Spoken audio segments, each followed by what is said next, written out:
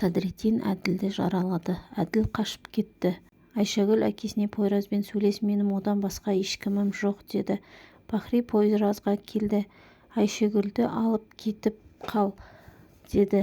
Әділді да дәрігерді де ұмыт, өзім өлтіріп суретіне жіберемін.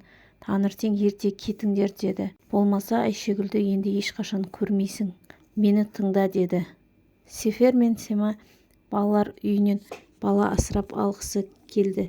Бірақ директор бұл мүмкін емес, сен істісің, Сема ауырады деді.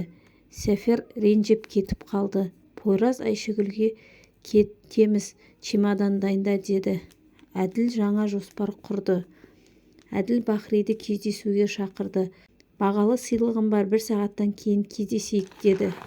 Пойраз бен Айшагүл әуежайға бара жатырғанда Пойразға мелтем звондап, дәрігердің мекен жайын таптым деді. Пойраз машинаны кері бұрды. Бахри мен Әділ кездесті. Ихсан Ипекті аңдып Садриддин жіберді деп қарумен қорқытты. Ипек Садриддинге звондап, мені өлтіруге адам жібердің бі деді. Садриддин Ихсан екенін біліп, дереу Ипекке кетті. Пойраз дәрігердің үйіне келіп қару кезеді. Әділ Бахриге тосын сыйды, 5 минутта тапсаң, біреудің өмірін құтқарасың деді. Уақытыңды жоғалтпа, 4 минут уақытың қалды деді. Айшагүл Пойраздың артынан келді. Оны тоқтатты. Пойраз дәрігерді өлтірген жоқ. Бахри Садриддиннің құлпытасын көрді. Садриддин Ипекке келгенде оны Әділдің адамдары атып кетті. Дәрігер оңай жолмен құтылдым деп отырғанда Пойраз қайтып келіп, Айшагүлдің алдында дәрігерді атып тастады. Айшагүл Пойразға ренжіді. Олар үйіне қайтып келді.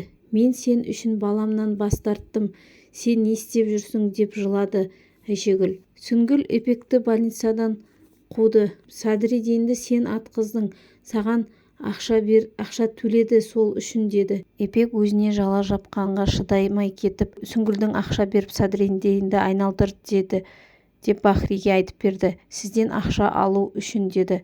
Сема да біледі деді. Сүнгіл мойындамады. Бахри Семадан сұрады. Кім алдап тұр? Сен шыныңды айт деді. Сема Ипек шын айтып тұр деді. Бахри, мен сен үшін баламды кінәладым. Ол қазір өлім аузында жатыр. Кет деп айқайлады. Дәрігер Садриддиннің жағдайы өте ауыр, қан көп жоғалтқан. Қан құйып жатырмыз, сосын оянғанын күтеміз деді. Бахри Әділді табу үшін ескі достарынан көмек сұрады. Олар көмектесетіндерін айтты. Әділдің бір адамын тапты. Ол да бұлармен бірігетінін айтты. Салих Шевкетке келіп дәрігерді Пойраз өлтіргенін айтты. Шевкет Ихсанға звондап, Салих Пойразды ұстап береді деді. Әділден сұра, не істейміз деді. Әділ Пойразды шақырды. Пойраз Әділге істегеннің бәріне жауап бересің деді. Ихсан мен Шевкет те сонда болды. Ихсан Шевкетке, сен бізге адал екеніңді көрсетесің деді. Әкеліңдер ананы деді. Әділдің адамдары Салихты қолын байлап алып келді.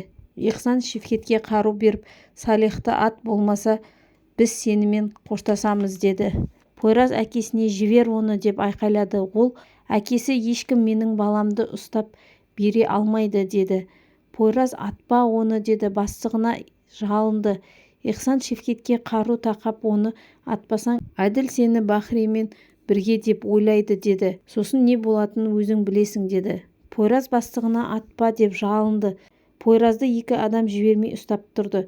Шевкет Салихты атты. Басқа амалы болмады. Оны атпаса өзін атып тастайтын еді.